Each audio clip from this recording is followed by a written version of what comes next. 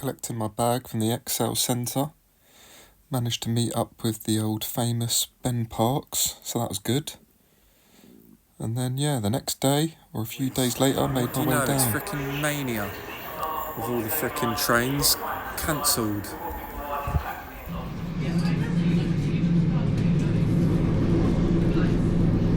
Due to the trains being delayed and cancelled, I didn't end up having a huge dinner. I had a big lunch, but just a baguette for dinner. On the positive side of things, I found a really good accommodation near the start of London Marathon. So shout out to Dell's Inn. They made me a nice breakfast and treated me like family. Alright. Slept about 6 hours. So decent enough. Not terrible, not great, but it was quality sleep for them 6. So yeah. I reckon I got it in the bag. 3:10. Should be able to do it. And best of luck to their 740 runners taking to the streets of London today. There is no See you later then, Ian. than London Marathon Day. What a weekend to be here. You've got support on the course, you've got support from every single one.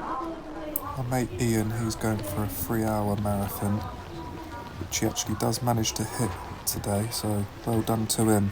So I won't be joining him, unfortunately. Just to big him up a little bit more, he is actually in his 50s, so with a 3-hour marathon that puts him in the top 300 or so in the UK best runners.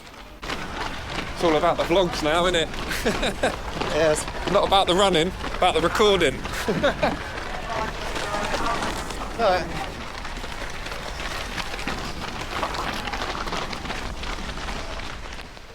Right, so going into this marathon, I'm going for a 3-hour 10 is my aim.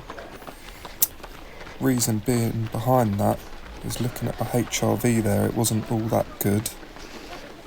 But on the other hand, I did have quite a quick prediction from my Garmin of a 3:06.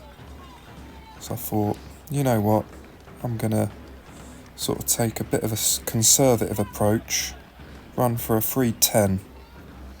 So that's what I did. So my goal pace was around 4:27. YouTube stars. Oh, no way. Only in our own household. Yeah. How you doing? Yeah, good. Feeling good. Good. Yeah, you're looking happy, so that's a good Yeah. start. Hey. Enjoy it. Yeah. How can you not? Yeah. Right, early days at this point, but I'm loving it. I love this section here where it curves around this roundabout. A lot of open space and you just feel like you're flying, feeling good. Still running at a conservative pace of 4:30, so not going too quick. Happy with that. I'm actually got a VO2 max of 58, so I've got some fitness going into this. I peaked at around 60, but dropped before the start of the race, unfortunately.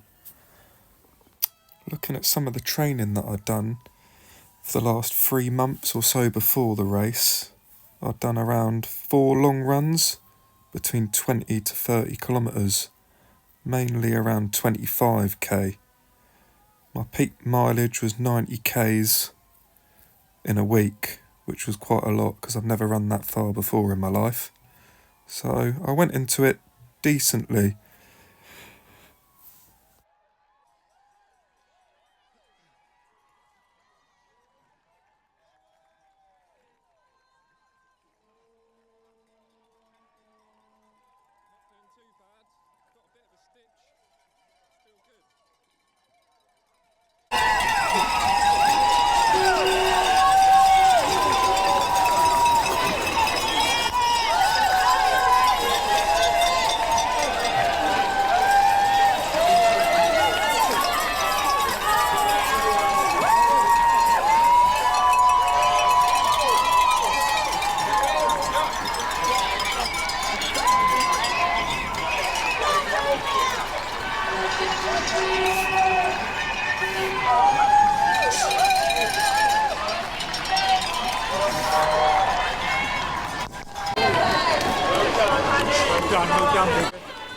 Right, halfway, I'm still on target for around a 3:08. marathon, so it's all looking good at this point.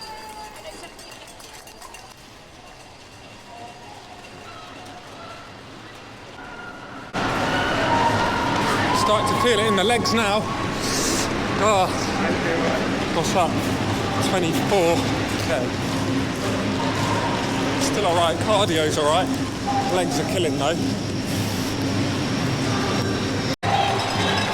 4:15 under there. I think that's because of the underground.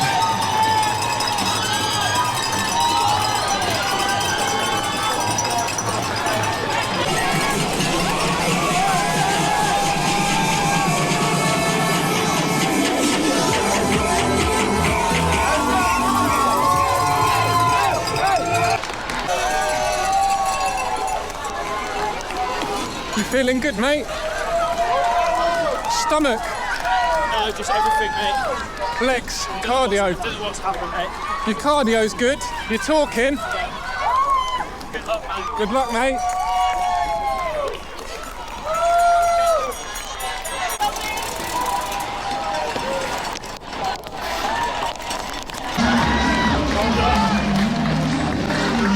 $29K. Legs are cramping mad though.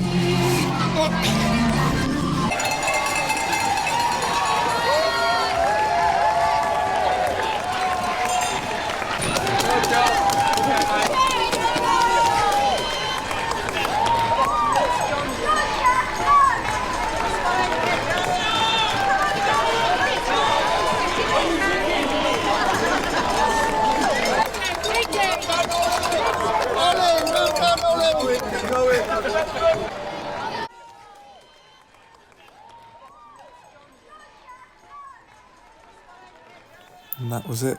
After 32 Ks, the cramp in my calves started getting real bad. Also in my quads. Legs were just feeling really stiff, and no matter how much I pushed them, they wouldn't move, so I was just pushing them as much as I could here. Just looking out. Because at this point I was just looking, tunnel vision, right. Who am I going to see here, who I know? For the next 10 minutes or half an hour I was just struggling.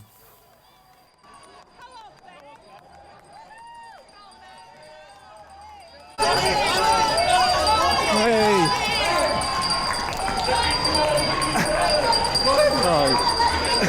Go! Go! You got it!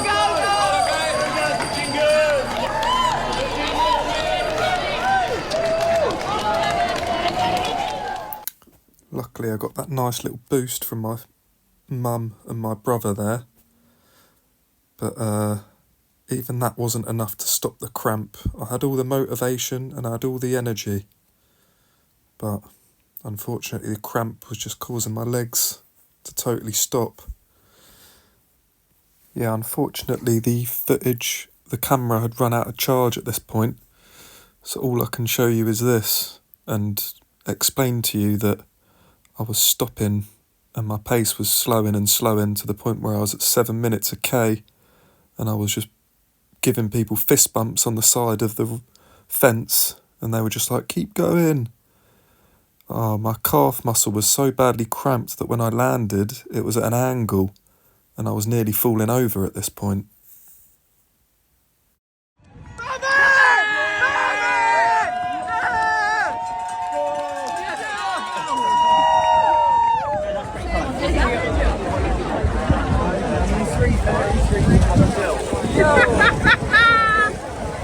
Yeah, good. Got cramp in my leg. Oh, well done. There you go. Hold your side up, hold your side, get a couple photos. Hold it above your head, above your head. So I ended up finishing with a time of 3 hours and 34 minutes, which is a shame because I was on target at 30k, I was still on for a 3:10. Post-marathon review.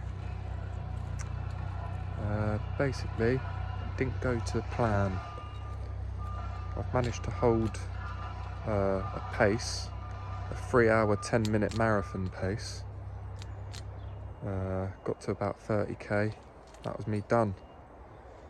Cramp come on, couldn't move after that. So I've done a bit of research and It's due to my electrolytes. I was meant to be taking 300 to 600 milligrams of electrolytes per hour. And I was taking 45 milligrams per hour. So that's caused the big blow up to the point where I had cramp in every single muscle, including my fingers.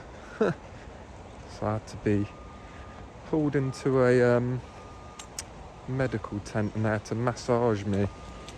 Sort of did help though, to be honest. 3 nice girls helped me out. That was probably the best part of the marathon. Yeah, it was the gels that I were taking were around 23 grams and they only had 15 milligrams of sodium or electrolyte in them. So that was nowhere near enough. I think next time I'm going to give it a go. I'm going to get a lot stronger or more concentrated electrolyte gels with at least like 4 times or even 10 times the amount of sodium in. So I'm going to do another 50k in a couple weeks. So, well, not a couple weeks, sorry. In about a couple months. June the 28th, I'm going to do that. So I'll make another video about that.